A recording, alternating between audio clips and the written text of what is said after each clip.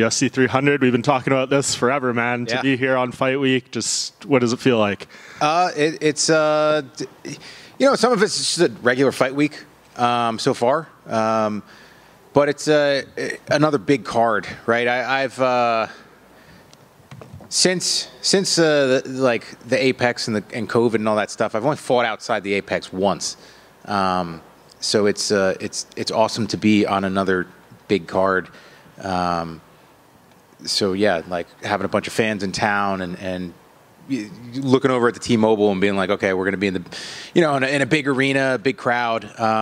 This sport was made to be done in front of, thousands of fans. And there's just a different energy as a fighter that I feel. There's positives to fighting, here, small place, in and out. But I do really miss the big crowds. So it's awesome to have another one of these. And we've asked you about the records and all these things so many times, but you've always said that what means more to you than any of that is the respect of your peers. Mm-hmm. And to be on a card like this with all these fighters, I'm sure backstage it's crazy when you're just looking around seeing the faces. Are you feeling that respect from others coming up to you and talking to you in those conversations? Well, I haven't bumped into anybody really yet, since I've been here. I got in late last night. So, but yeah, I've... honestly, I feel like I've received nothing but respect from my peers, that means a lot to me, because I come in here into Fight Week, I step into the octagon, trying to carry myself to a set of standards that I feel we all deserve, so it's not easy. It's not easy all the time, right? But I respect everybody that I've stepped across, the octagon from, because I know the things that they go through. This is not an easy life. It is not an easy lifestyle. It's not easy to do. A lot of sacrifices have to be made, I know that everybody else does the same thing that I do, and I think we're more peers than kind of gets made out to be, because everybody loves the drama, and the bickering, right? It sells. So you look at all, reality TV and all that stuff. That's what sells. But it's something special, to be here. It's something special to set your feet onto that canvas, I can't let go of that. So I try to show as much respect as I can to everybody that does it. And just my last one. Any chance this is your last one? I mean, I know the storybook is perfect, but if you win this fight too, you're more highly ranked than you've been in years, so that's probably hard to consider walking away from. Yeah, for me, the biggest thing is how camps go, right? Fight night there's always challenges. You spend a couple days cutting weight. You go into an athletic event, against somebody who's trying to take your head off. Obviously, injuries can happen. But for me, the thing that's going to force me out, if it does, hopefully it doesn't, and then I can fight until I want to leave, right? Is the ability to get through camp in shape and ready and healthy to perform on fight night, and I feel like I've got things dialed in. I've got a great team. I've got great coaches, and I'm using my head. So, I don't like making mistakes, and I know the secrets for me to get to the fight, and it's really kind of simple at this point. Just stay healthy and be in shape, not do anything stupid. Follow up for JFM. This story of you 100, 200, 300 has been basically following you since the moment you left the cage at the UFC 200. Is there kind of a part of you that's almost sad to think, this is like the culmination of that trilogy in a way, that this story will be over? We won't be asking you about it every single time we see you. I mean, yes and no. It means I hit a goal that I put on myself, that and it was challenging, right? Like I think I started mentioning fighting on this card in 2020, maybe 2019, something like that, right? And we're here, and I'm performing. And when I first started talking about it, it was like, okay, maybe I'll drag myself to that card, right? Like, because that's kind of what I was doing for UFC 200. Like, I was having a really rough time in 2015 and early 2016, and it was like, man, like, let's get through 196, and I'm gonna tell Joe Silva and tell everybody that I want to fight on UFC 200, and we're gonna call it. So that was kind of the idea. Is like, hey, let's see if I could drag myself to 300. And where I was at when I first started talking about it was a different place than I am now.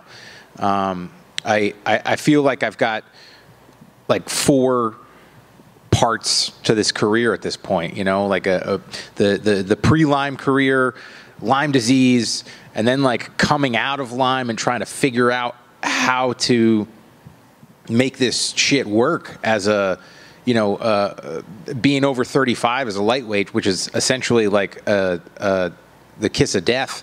And now haven't figured it out, having the right people around me, and like it's cool to be here, and I'll be happy when there's questions that don't involve 300.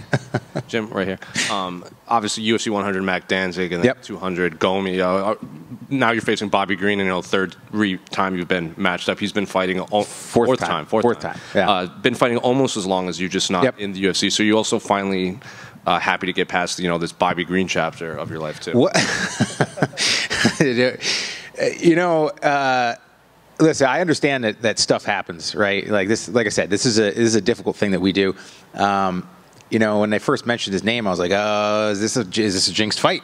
Like, is this the Tony Khabib, right? So it's not fight day yet. So, unfortunately, we've had to deal with that in the past. But, listen, he's an awesome fighter. I've been watching him for years. I've had the opportunity to train for him 3 times prior to this. So yeah, it's like it's a guy that's been around for a while, a guy that I got a ton of respect for, and I'm excited to finally get to fight him. So given that you've had multiple training camps for him specifically, has he evolved much, or is he pretty much like, the same fighter from that first booking that you had? I think he's definitely evolved, I think he's like 37 or something like that too. And, age sucks.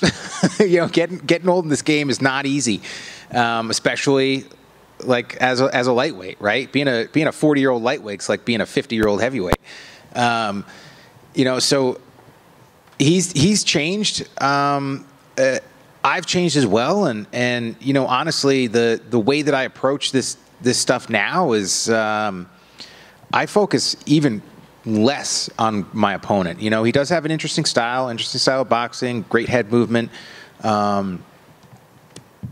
but he's still a man. He's still a fighter.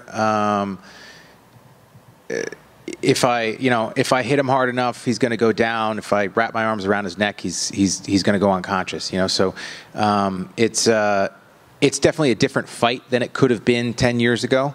We're both different fighters, and I know that I can't be the guy that I was 10 years ago.